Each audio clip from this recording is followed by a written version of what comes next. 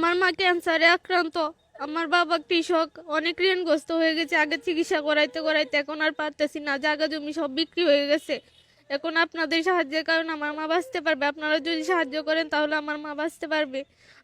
আমার জামাইজি আমি সব মাইরা লাইছি, আমার তাহলে সব টাকা খরচ করে রাতে ঘুমাইতারে না, আমার জিলানি আপনারা সবাই সাহায্য করেন। দর্শক, এই পরিবারটা নিঃস্ব হয়ে গেছে, মরণবেদী ক্যান্সার আক্রান্ত ওনার, ঠিক আছে? উনার কোনো ভাই নাই? আপনার কোনো ভাই নাই? না, আমার কোনো ভাই নাই। আপনার কয় বোন? আমরা দুই বোন। শুধু দুইটা বোন, ঠিক আছে? এই পরিবারটা একবারে দেউলিয়া হয়ে গেছে। কত টাকা খরচ করছেন সবকিছু বলেন একটু। 12 লাখ টাকা খরচ করা হয়েছে, আরো টাকা লাগবো। এখন টাকার জন্য চিকিৎসা করাইতে পারতাছি না। কান্না করতেছে কেন আপনার মা? দেখলাম এই যে এখানে বমি করছে। দর্শক, এই যে চাই দিয়ে রাখিয়ে দিছে ভাই, একটু দেখান তো।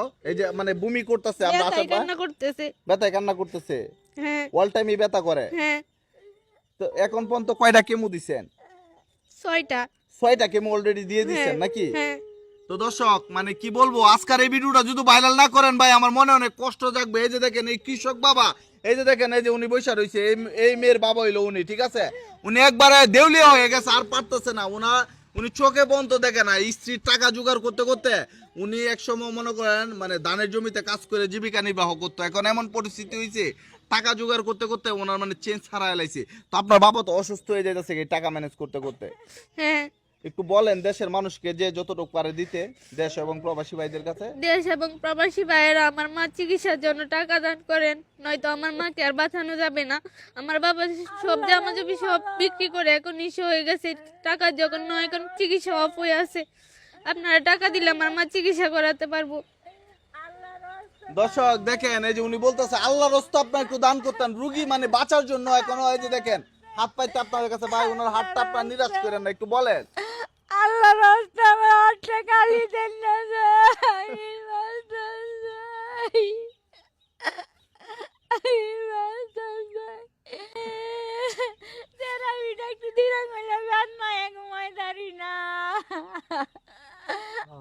দর্শক কি বলতেছে আপনারা বুঝতেছেন? হয়তো ওনার কথা অনেকে বুঝতেছেন না। বলতেছে আল্লাহর রাস্তে আপনারা একটু দান করতেন, ঠিক আছে? ওনার জন্য এই পরিবারটা ঘুমাইতে পারে না। রাত হলে ওনার কান্নার জন্য আসলে কি ঘুমাইতে পারেন না আপনারা? না। আপনার মা সারা রাতে ভাবে চিল্লাচিল্লি করে, সারাদিন ব্যথা উঠলে, চিল্লায়। হ্যাঁ। দেখেন আর বলতেছে যে ওনার জন্য ওনার পরিবার নিঃস্ব হয়ে গেছে। মানে এক সময় ওরা অনেক ভালো ছিল। আপনার বাবা যে টাকা ইনকাম করতে এই টাকাতে চলতে পারতো। হ্যাঁ, ভালো চলতে পারতাম। কিন্তু আপনার মায়ের তোলে সব টাকা শেষ। সব টাকা শেষ। ভাই আপনার নিরাশ করেন না। এই ক্যান্সার আক্রান্ত রোগীর কান্না যদি আপনার কান পর্যন্ত পৌঁছায় ভাই, আপনার 10 টাকা 20 টাকা দেওয়ার সামর্থ্য বাংলাদেশের সবারই আছে। যারা প্রবাসে থাকেন আর বিশেষ করে যারা বাংলা ভাষা বুঝেন, আমাদের পাশের রাষ্ট্র ভারতের অনেকে দান করেন, ঠিক আছে প্রবাসী ভাইয়েরা? তো আমি বলবো আপনাদেরকে, বাংলাদেশের যারা প্রবাসী আছেন এবং পাশের দেশের যারা বাংলা ভাষা বুঝেন, সবাইকে, সব শ্রেণীর মানুষকে বলবো এই পরিবারের পাশে ভাই আপনারা একটু এগিয়ে আসেন। সরাসরি এই বিকাশ নাম্বারে যে যা পারেন একটু টাকা দিয়ে সাহায্য করেন। আপনি বাঁচতে চান? আল্লাহ রাস্তা আমি আর একটু বাঁচতাম চাই, আমার দুইটা মেয়ে বিয়ে শাদী দিতাম। আল্লাহ দর্শক, এই বৃদ্ধ মা মানে এখন তার শেষ সম্বল, তার দুইটা মেয়ে আছে, কোনো ছেলে সন্তান নাই। ওদেরকে যদি বিয়ে দিয়ে মরতে পারে তাইলে মনে হয় তার জীবনের সবচেয়ে বড় একটা চাওয়া, মানে আর কোনো দুনিয়ার চাওয়া নাই। এটাই আপনার শেষ চাওয়া। আর আল্লাহর কাছে কোনো দেখেন এই যে চোখের গোড়ার মধ্যে পানি জমে গেছে ভাই, একটু কাছ থেকে দেখেন তো। এই যে দেখেন কান্না করতে করতে। আমি বাসাক্ত কোরআন শরীফ পড়তাম, নামাজ পড়তাম কয়টা দিন।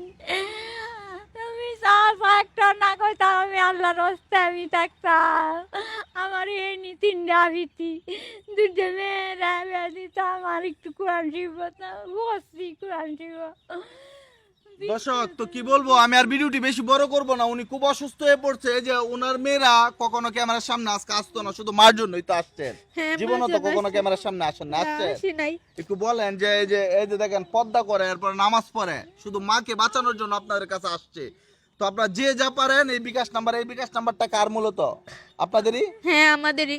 তো এই নাম্বারের সাহায্য দিলে আপনারা পাইবেন তো? হ্যাঁ, পাবো। তো আপনারা যে যা পারেন ওনাদেরকে একটু সাহায্য করবেন। আমরা চাই আরেকবার আইসা যদি টাকা পাঠান আপনারা, এই টাকা নিয়ে আমরা একটা আপডেট দিব।